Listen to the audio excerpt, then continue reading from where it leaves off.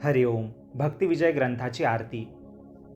दिंडीरवन पावन क्षेत्री, दिंडीरवन पावन क्षेत्र पंढरी, परब्रह्म अवतरले उभे विटेवरी, चंद्रभागा तिरी करकटावरी, अखंड उभा आहे भक्तांचे द्वारी. हे ध्रुपद आहे. ही मोठी आरती आहे भक्तिविजय ग्रंथाची. दिंडीरवनामध्ये पावन क्षेत्र आहे पंढरपूर. तिथे परब्रह्म अवतरलंय विटेवरती, चंद्रभागा नदीच्या काठावर, हात कटावर म्हणजे कमरेवर ठेवून अखंड जो उभा आहे भक्तांच्या दरवाजात, त्यांच्या प्रतीक्षेत, असा हा विठ्ठल. जयदेव जयदेव जय पंढरी राया, जडजीव तारुणी पापी विट जडली माया पाया. जयदेव जयदेव जय पंढरी राया म्हणजे पंढरीनाथ तुझा जय जयकार असो.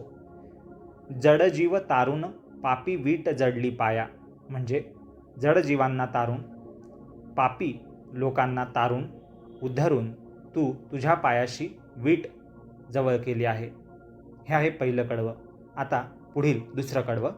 पातक पृथ्वीवर झाले दारुण, 33 कोटी देव आले तुझ शरण, म्हणून आज्ञा केली भक्ता लागून, मृत्यूलोकी जाऊन तारावे जन.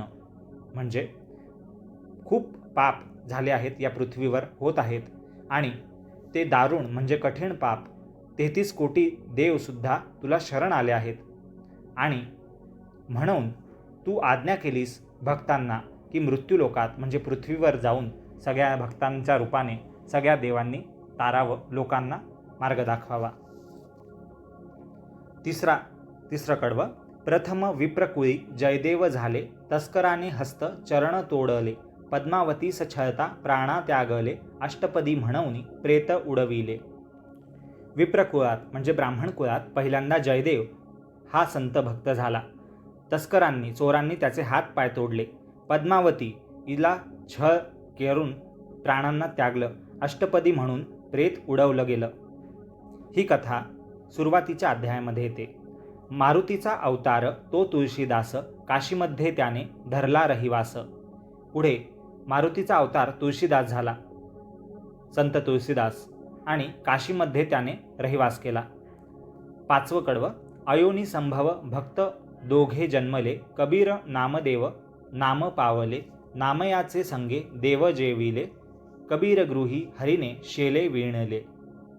अर्थात अयोनी संभव म्हणजे स्त्रीच्या गर्भातून जन्म न घेता शिंपल्यांमधून जन्म घेतला असे 2 भक्त जन्मले, कबीर आणि नामदेव. आणि ते नामदेवाच्या हातून भगवंत पांडुरंग स्वतः जेवण करतात, आणि कबीराच्या घरी जाऊन हरीने अर्थात श्रीरामांनी शेले विणले. 6वं कडवं. शुकाचा अवतार नामा निज भक्त, वाल्मिक कबीर झाला तोही विरक्त, तीर्थे करीत आले त्या घरी संत, चोरी करता वधिला कमाल निजभक्त.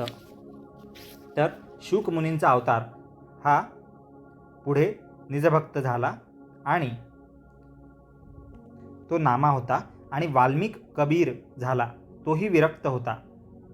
वाल्मिक मुनींनी कबीराचा अवतार घेतला, आणि तीर्थयात्रा करत त्याच्या घरी संत गेलेत तेव्हा त्यांना जेवण देण्यासाठी चोरी करावी लागली कबीराला, आणि त्यावेळेस स्वतःच्याच मुलाला, कमाल या आणखी एका हरिभक्ताला, कबीराला स्वतःच्याच मुलाला, जो हरिभक्त आहे कमाल नावाचा, त्याला स्वतःच्या हाताने मारावं लागलं.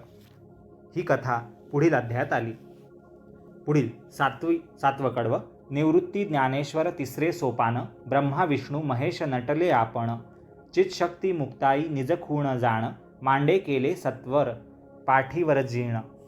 म्हणजे पुढे निवृत्ती, ज्ञानेश्वर आणि 3रे सोपान असे त्रिदेव ब्रह्मा विष्णू महेश यांचेच अवतार झालेत, आणि निजशक्ती म्हणजे जी मूळ माया आहे ती मुक्ताई होऊन त्यांची बहीण होऊन आली, तिने अवतार घेतला, आणि तिने मांडे बनवले पाठीवरती ज्ञानेश्वरांच्या, त्यांच्या योगशक्तीच्या बळावर, जेव्हा ते मांडे भाजण्यासाठी खापर मिळालं नाही तेव्हा.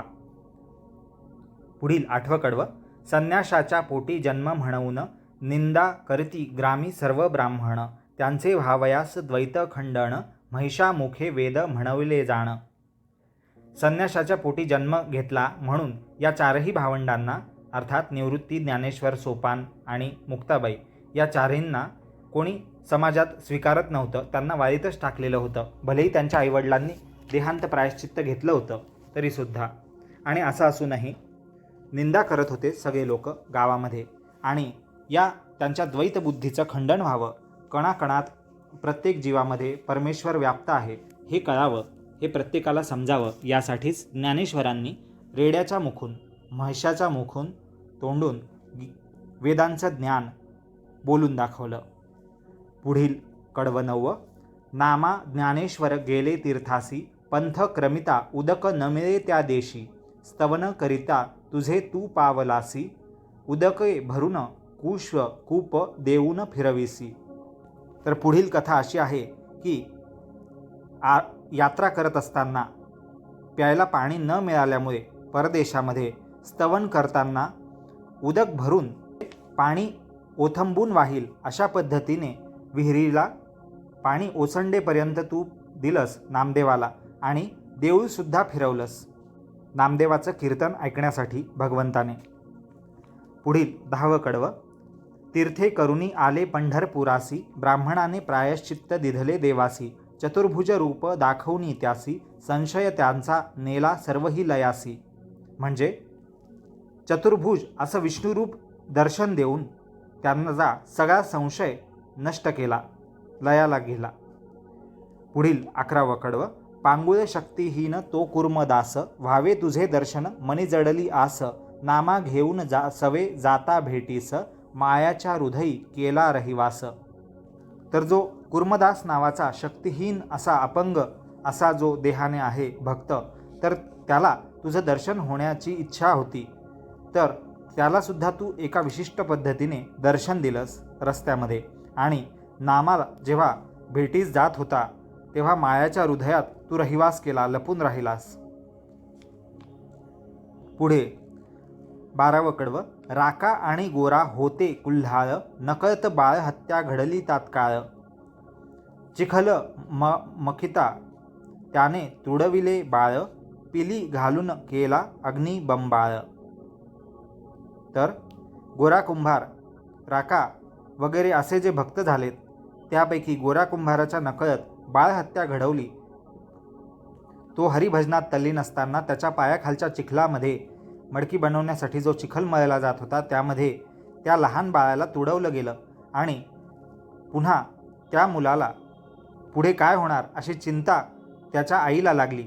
त्याचप्रमाणे राका हा जो आहे त्याने मांजरीची पिल्लं एका मडक्यात ठेवलेली होती, ती अग्नीमध्ये भट्टीमध्ये भाजायला त्या इतर मडक्यांसोबत ते दिलं आणि अग्नी 3 दिवस धगधगता राहिला.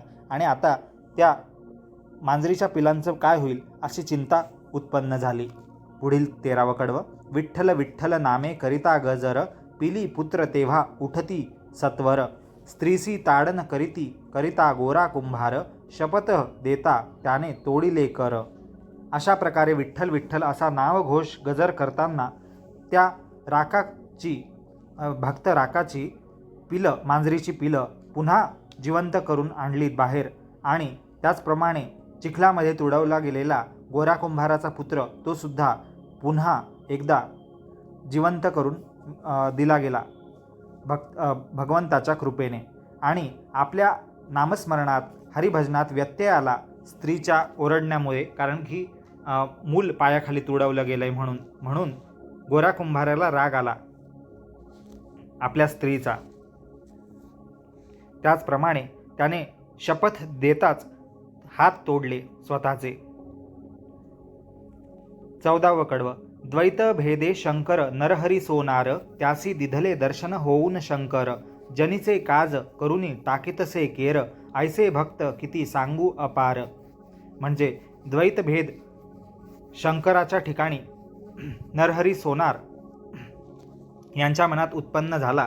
त्यांना सुद्धा शंकर होऊन दर्शन दिलं, कारण की नरहरी सोनार हा शंकराचा भक्त होता. पण विठ्ठलाने आपल्या मूर्तीचं स्वतःचं मोजमाप घेण्यासाठी जेव्हा नरहरी सोनार डोळ्याला पट्टी बांधून आला पंढरपूरच्या मंदिरात, तेव्हा शंकराचा भक्त असलेला नरहरी सोनार त्याला तिथे विठ्ठलाची मूर्ती न लागता हाताला मोजमाप करताना तिथे शंकरच दिसत होता. त्यामुळे शंकराच्या रूपाने विठ्ठलाने दर्शन दिलं नरहरी सोनाराला. आणि जनीचे केर, जनाबाईचे कामं कचरा वगैरे साफ करणं वगैरे हे सगळं रोजची कामं तो भगवंत स्वतः तिथे करत होता. असे कितीतरी भक्त झाले, त्यांच्या किती कथा वर्णन करू. पुढील 15वं कडवं. शंकर वरदे जळी मच्छिंद्र झाला, विभूतीचे प्रतापे गोरक्ष केला, गुरुची आज्ञा वंदुनी भिक्षेसी गेला, नेत्र देऊनी त्यांनी बठक आणिला. अशा पद्धतीने शंकराच्या वरदानाने जळामधून माशाच्या पोटातून मच्छिंद्रनाथ या नवनाथाचा जन्म झाला आणि विभूतीच्या प्रतापाने गोरक्षनाथ हा त्याचा शिष्य पुढे जन्मला. गुरुची आज्ञा वंदून भिक्षेसाठी गेला गोरक्षनाथ आणि भिक्षा मागून त्याने जो वडा गुरूंसाठी आणला होता तो गुरूंना आवडल्यामुळे गुरूंनी त्याला मच्छिंद्रनाथांनी गोरक्षनाथाला पुन्हा भिक्षा मागण्यास पाठवलं वड्यांसाठी. तेव्हा त्या भिक्षा देणाऱ्या बाईने वडे न देता त्याचा डोळा तू मला जर तुझा देशील तर मी तुला वडे करून देईल असं थट्टेमध्ये म्हणलं आणि गुरूंवर श्रद्धा असलेल्या गोरक्षनाथाने तात्काळ स्वतःचा डोळा बुबुळ बाहेर काढून तिला दिलं आणि वठक म्हणजे वडा तिच्याकडून बनवून गुरूंसाठी घेऊन आला. एवढी त्याची गुरुनिष्ठा. 16वं कडवं. चांगदेवे केले व्याघ्राचे वाहन, भिंत चालविली ज्ञानेश्वराने, नरसी मेहत्याचे पुत्राचे लग्न, हुंडी भरली देवे न लागता क्षण. पुढील भक्तांची गोष्ट इथे आली आहे की चांगदेव हे जे होते योगी 1400 वर्षांपासून जिवंत योगमायेने, तर ते वाघावर बसून आलेत ज्ञानेश्वरांना भेटण्यासाठी आणि ज्ञानेश्वरांनी त्यांच्यासाठी भिंतीवर उडत ज्ञानेश्वर महाराज त्यांना दर्शन देण्यासाठी चांगदेवांना दर्शन देण्यासाठी स्वतः आलेत. आणि नरसी मेहत्या हा गुजरात प्रांतातला भक्त, त्याच्या मुलाचं लग्न होतं पण त्याच्याकडे पैसे नव्हते, त्यामुळे हुंडी भरून देवाने एका क्षणात संपत्ती दिलं आणि पुत्राचे लग्न आणि मुलीच्या लग्नात काही कमी पडू दिलं नाही. एवढी संपत्ती त्याच्या घरी उपलब्ध केली आणि लग्न थाटामाटात होऊ दिलेत. त्या कथासुद्धा अध्यायांमध्ये आहेत.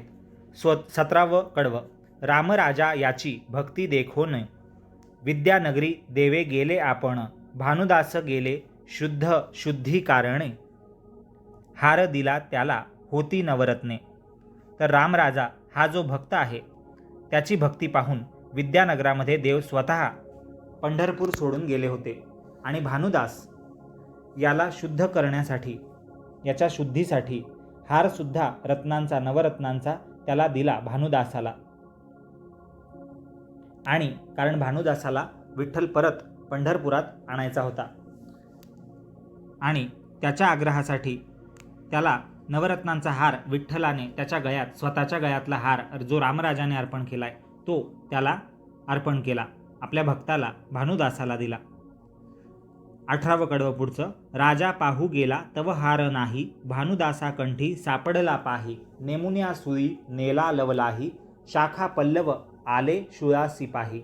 म्हणजे तो राजा, त्याला राग आला की दुसऱ्या दिवशी पाहतो तो मंदिरात विठ्ठलाच्या मूर्तीवर, जी विठ्ठलाची मूर्ती पंढरपुराहून आली आहे त्याच्या आग्रहासाठी त्याच्या राज्यात, तर तिथे जो नवरत्नांचा हार विठ्ठलाला भगवंताला घातला आहे राजाने तो तिथे नाही आहे आणि तो भानुदासाच्या गळ्यामध्ये दिसला.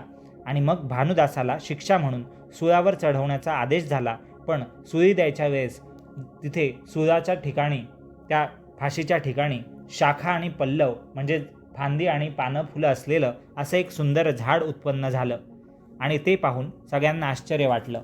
अशा पद्धतीने भक्ताला, भानुदासाला भगवंताने तारलं. पुढील 19वं कडवं. कान्होपात्रा वेश्या आणि मीराबाई, सांडून देहभाव नटल्या तव पायी, विष देता अमृत झाले लवलाही, कान्होपात्रा स्वरूपी मिळवली पाही. आता 2 भक्त संतणी आहेत.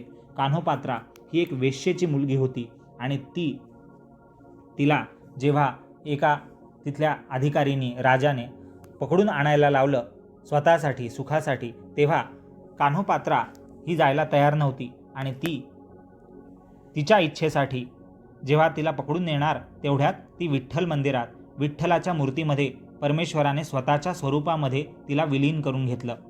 त्याचप्रमाणे मीराबाई ही राजस्थानमधली एक भक्त, राजघराण्यातली राजस्त्री, तिचा देहभाव सांडून ती सुद्धा ईश्वरचरणी लीन झाली आणि तिला जेव्हा विष दिलं गेलं तिच्याच वडिलांकडून, तेव्हा ते विष सुद्धा ते पितांना अमृत झालं तिच्यासाठी. तिला काहीच त्याचा त्रास झाला नाही आणि तिचा कृष्ण जो ती मूर्ती रूपाने भजत होती तो सुद्धा तिथे स्वतः विष पिऊन काळा निळा झाला आणि मग तिच्याच इच्छेखातर तो पुन्हा निरोगीही झाला.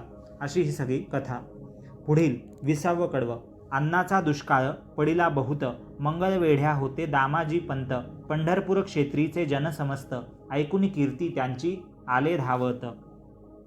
म्हणजे पंढरपूर इथे पुष्कळ लोक होते जे भुकेने तळमळत होते, कारण की अन्नाचा दुष्काळ पडलेला होता.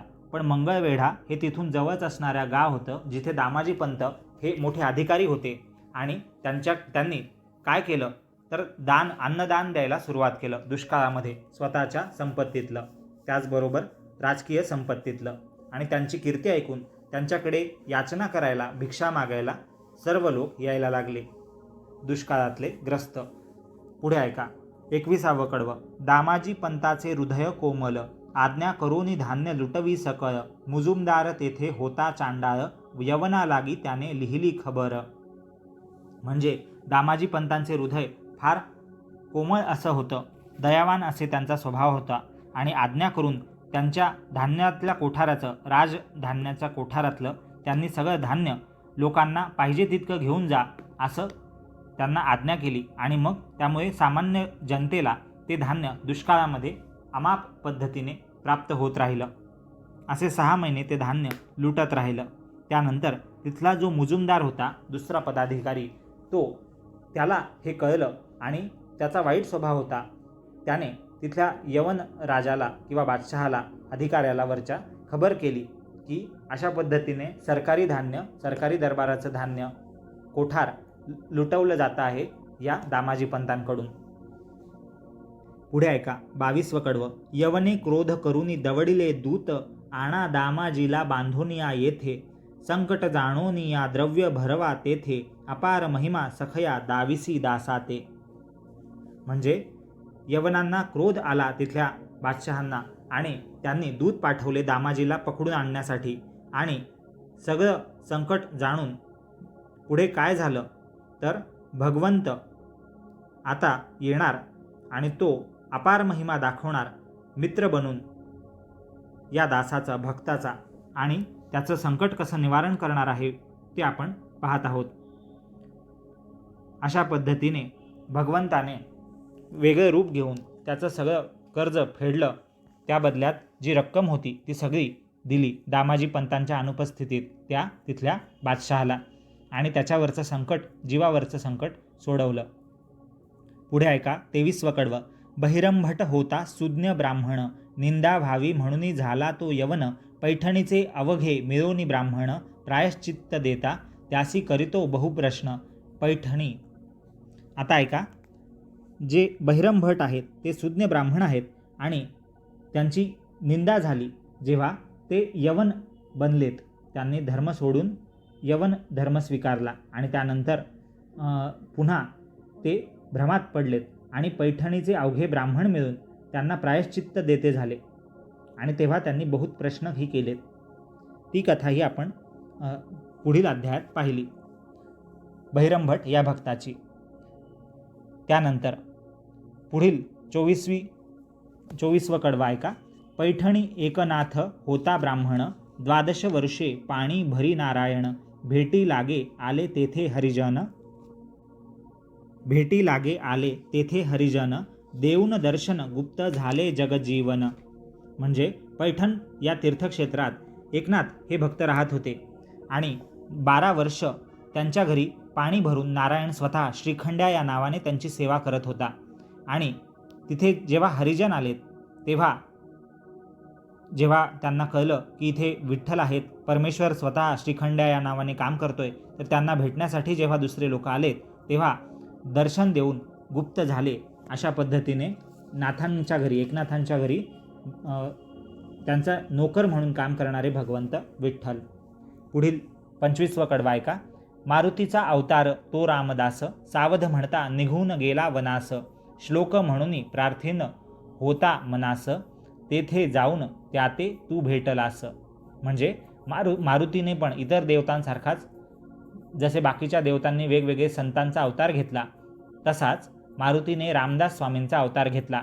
आणि जेव्हा सावध म्हणून सावधान असं शुभमंगलाच्या वेळी लग्नाच्या वेळेस मंत्राक्षता पडायच्या वेळेस जो उच्चार झाला तो ऐकून ते लग्नमंडप सोडून वनामध्ये संन्यास घेऊन निघून गेले. आणि श्लोक म्हणून ते प्रार्थना, मनाचे श्लोक म्हणून त्यांनी मनातून प्रार्थना केली रामरायांची. आणि तिथे जाऊन त्याला विठ्ठला तू रामस्वरूपाने भेटलास असे ते रामदास स्वामी. पुढील 26वी ओळी 26वं कडवं. जातीचा वाणी तुकोबा राम, सद्गुरु अवतरला फेडाया भ्रम, छळण करिता झाले पंक्ती पावन, गणपती देवा सहित केले भोजन. आता तुकाराम महाराज, जगद्गुरू संत तुकाराम महाराज हे जातीने तसे वाणी होते, पण सद्गुरू त्यांच्या हृदयामध्ये अवतरला आणि तो भ्रम त्यांच्या गुरूंनी त्यांचा फेडला आणि त्यामुळे छळ केला त्यांचा लोकांनी कितीदा, तरीसुद्धा त्यांची भक्ती हल्ली नाही, चळली नाही. आणि अशाच पद्धतीने वेगवेगळे अनुभव त्यांच्या आयुष्यात आलेत की जिथे ईश्वराने, विठ्ठलाने त्यांच्या संकटातून त्यांना सोडवलं. त्याचप्रमाणे एकदा पंक्तीमध्ये एका गणपती भक्ताला गणपतीने कधी दर्शन दिलं नाही, पण तुकोबांना जेव्हा त्या पंक्तीमध्ये बोलवलं गेलं त्या ब्राह्मणाच्या घरी, तेव्हा तुकोबांसोबत एक अधिकच्या पानाला वाढलं गेलं आणि तुकोबांसहित तिथे विठ्ठल स्वतः जेवायला आला. आणि मग गणपतीला पण बोलवण्याची इच्छा त्या गणेश भक्ताने व्यक्त केली. तेव्हा तुकोबा महाराजांनी गणपतीसहित त्या विठ्ठलाला सुद्धा दोघांसहित जेवण केलं. ते जेवण आपोआप संपायला लागलं ताटातलं. अशी ती लीला तुकाराम महाराजांच्या आयुष्यातली इथे कथन केली आहे. 27वं कडवं. बोधल्याने शेत लुटविले जाण, तुंबिनीचे बीज पेरी आणून, संकट पडता पेवे भरली धान्याने, प्रेत उठवणी देवा करिता कीर्तने. तर अशा पद्धतीने बोधला नावाचा जो संत आहे, तर तो भक्त त्याचं शेतसुद्धा या लोकांच्या कल्याणासाठी लुटवलं त्याने आणि पुन्हा एकदा बीज त्याने आणलं पेरण्यासाठी. तर ते बीज पेरण्याच्या ऐवजी ते गरिबांमध्ये वाटावं लागलं त्याला. तर तरीसुद्धा ते धान्याचं असं पेव भरून ते धान्य परत एकदा ते पीक वाढलं आणि त्याला काहीच कमतरता होऊ दिली नाही. ही सगळी ईश्वराची लीला. आणि प्रेत जे कीर्तनात आलं होतं त्याचं कीर्तन ऐकायला, तर ते प्रेतसुद्धा जिवंत झालं, ही सुद्धा देवाचीच करणी. पुढील 28वं कडवं पहा. केशवराज हरिदिनी करीती कीर्तन, बचनाग दिधला सुंठ म्हणून, संकट पडता विष केले भजन, कीर्तन रंगी लुटती श्रोते सज्जन. तर केशवराज नावाचे जे भक्त होते ते प्रत्येक एकादशीस वगैरे कीर्तन करत होते. आणि जेव्हा त्यांनी तेव्हा सुंठ प्रसाद देणार होते तेव्हा लोकांमध्ये सुंठ वाटायच्या ऐवजी तिथे दुकानातून आणताना अंधारामध्ये त्या वाण्याने त्यांना सुंठाऐवजी बचनाग हा जीवघातक पदार्थच जणू दिला. आणि तो पदार्थ कुटून त्यालाच सुंठ समजून दुसऱ्या दिवशी वाटला गेला प्रसादात. तरीसुद्धा त्या बचनागाने कोणालाच विषबाधा झाली नाही, कोणालाच मृत्यू आला नाही. तर ही सगळी ईश्वराचीच लीला आणि सगळे कीर्तनात आनंद लुटत राहिले. पुढील 29वं कडवं. वृद्ध शक्तिहीन गोमाई जाण, भीमा पार केली तिजला आपण, वृद्ध वेशे देवा होऊन ब्राह्मण, चंद्रभागे तीरी केले भोजन. आता वृद्ध शक्तिहीन अशी गोमाई नावाची जी भक्त आहे, तिला भीमा नदी पलीकडे जाऊन नेहमीप्रमाणे त्या विठ्ठलाला मंदिरामध्ये जाऊन दर्शन करणं शक्य राहिलं नाही. तिच्याकडे तेवढे पैसेही नव्हते आणि तिला बाकीच्यांनी नेण्यासाठी, नौकेतून नेण्यासाठी नकार दिला. तेव्हा विठ्ठल स्वतः आला आणि तिला घेऊन गेला आणि चंद्रभागे तीरावर भक्तासोबत विठ्ठलाने भोजनसुद्धा केलं. कारण ज्या भक्ताला चंद्रभागा नदीच्या पलीकडे राहायला तिथल्या गावातल्या लोकांनी सांगितलं होतं, तर वृद्ध वेशाने देव स्वतः मंदिर सोडून तिथे भोजन करत बसला. तर ही दुसऱ्या भक्ताची कथासुद्धा तिथे आलेली आहे. लतीफ शहाची गोष्ट. आणि त्यानंतर पुढे 30वं कडवं. विसोबा सराफ होता ब्राह्मण, आल्या अतिथीस घाली भोजन, त्याचे संकट केले निरसन, झाले अध्याय येथून हो 57. तर अशा पद्धतीने विसोबा सराफ हा सुद्धा एक भक्त होता आणि त्याच्या घरी ब्राह्मण अतिथी म्हणून भोजन मागण्यासाठी आला. त्याचं संकटसुद्धा निरसन केलं त्या विसोबा सराफ या भक्ताचं. ते कशा पद्धतीने केलं ते सुद्धा मुलाच्या लग्नाबद्दलचं सगळं संकट निरसन भगवंताने स्वतः तिथे काम करून केलं. 5 दिवस राहून त्याचे कष्ट संपवले आणि अशा पद्धतीने इथे 57 अध्याय झाले आणि हा ग्रंथ झाला. आणि शेवटचं 31वं कडवं भक्तिविजय ग्रंथाचं त्या आरतीचं की संतांची आरती जे प्राणी गाती, संतांची आरती जे प्राणी गाती, त्या ते प्रसन्न होईल रुक्मिणीपती, गणेशसूत त्यांचे चरणांची माती, गणेशसूत त्यांचे चरणांची माती, मागे देवा तुझे चरणांची भक्ती. तर गणेशसूत म्हणजे गणेश या व्यक्तीचा मुलगा, ज्याने ही आरती रचली, तो लिहित आहे की संतांची आरती, कोणत्याही संतांची आरती जे गातायत, त्यांची स्तुती जे करतायत, तर त्यांना रुक्मिणीपती अर्थात पांडुरंग, विठ्ठल, कृष्ण अर्थात श्रीहरी प्रसन्न होईल. आणि अशा पद्धतीने या गणेशसूत म्हणजे गणेशाच्या मुलाची मती, बुद्धी आणि त्याचं आयुष्य हे ईश्वराच्या चरणांच्या मातीच धुळीसारखंच आहे. ते तिथेच राहावं आणि तुझ्या चरणांची भक्ती देवा मला जडावी एवढंच मागणं मी करतो, असं हा आरतीकार लिहित आहे. अशा पद्धतीने 31 कडव्यांची ही भक्तिविजय ग्रंथाची आरती आपण अर्थ समजून घेतला. आता ही आरती आपण फक्त शब्दशः गाऊया. आरती भक्तिविजयाची.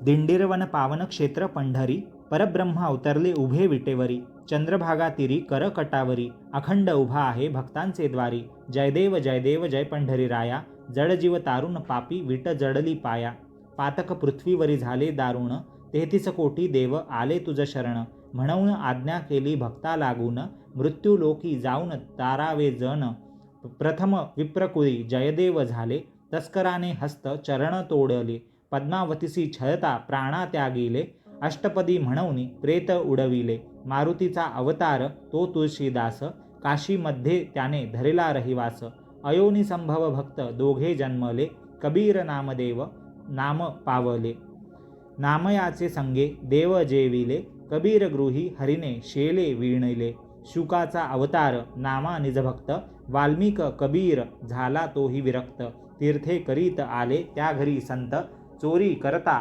वधिला कमाल निजभक्त, निवृत्ती ज्ञानेश्वर तिसरे सोपान, ब्रह्मा विष्णू महेश नटले आपण, चितशक्ती मुक्ताई निज खूण जाणे, मांडे केले सत्वे पाठीवर जिणे, संन्याशाच्या पोटी जन्म म्हणून, निंदा करीती ग्रामी सर्व ब्राह्मण, त्यांचे भावयास द्वैत खंडन, महिषामुखे वेद म्हणविले जाण, नामा ज्ञानेश्वर गेले तीर्थासी, पंथ क्रमिता उदक न मिळे त्या देशी, स्तवन करिता तुझे तू पावलासी, उदके भरुनी कूप देऊळ फिरविसी, तीर्थे करुनी आले पंढरपुरासी, ब्राह्मणाने प्रायश्चित्त दिधले देवासी, चतुर्भुज रूप दाखवनी त्यासी, संशय त्यांचा नेला सर्वही लयासी, पांगुळ शक्तीहीन तो कुर्म दास, व्हावे तुझे दर्शन मनी जडली आस, नामा घेऊन सवे जाता भेटीस, मायाच्या हृदयी केला रहिवास, राका आणि गोरा होते कुल्हाळ,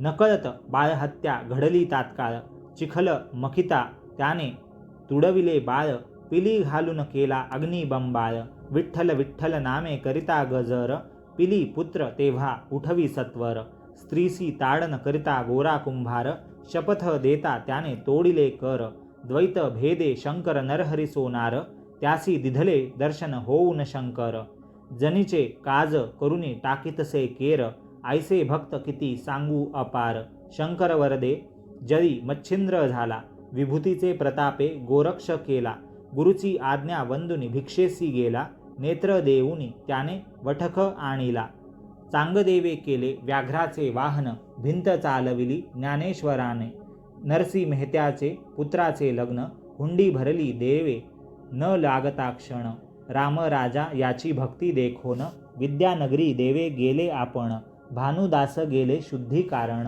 हार दिला त्याला होती नवरत्न, राजा पाहू गेला तव हार नाही, भानुदासा कंठी सापडला पाही, नेमुनिया सुरी नेला लवलाही, शाखा पल्लव आले शुळासी पाही, कान्हो पात्रा वेश्या आणि मीराबाई, सांडून देह भाव नटल्या तव पायी, विष देता अमृत झाले लवलाही, कान्हो पात्रा स्वरूपी मिळविली पाही, अन्नाचा दुष्काळ पडिला बहुत, मंगळवेढ्या होते दामाजी पंत, पंढरपूर क्षेत्रीचे जन समस्त, ऐकून कीर्ती त्यांची आले धावत, दामाजी पंतांचे हृदय कोमळ, आज्ञा करोनी धान्य लुटवी सकळ, मुजुमदार तेथे होता चांडाळ, यवना लागी त्याने लिहिली खबर, यवने क्रोध करुनी दवडिले दूत, आणा दामाजीला बांधुनिया येथ, संकट जाणोनी या द्रव्य भरवा तेथ, अपार महिमा सखया दाविसी दासात, बहिरंभट होता सुज्ञ ब्राह्मण, निंदा भावी म्हणून झाला तो यवन, पैठणीचे अवघे मिळवणी ब्राह्मण,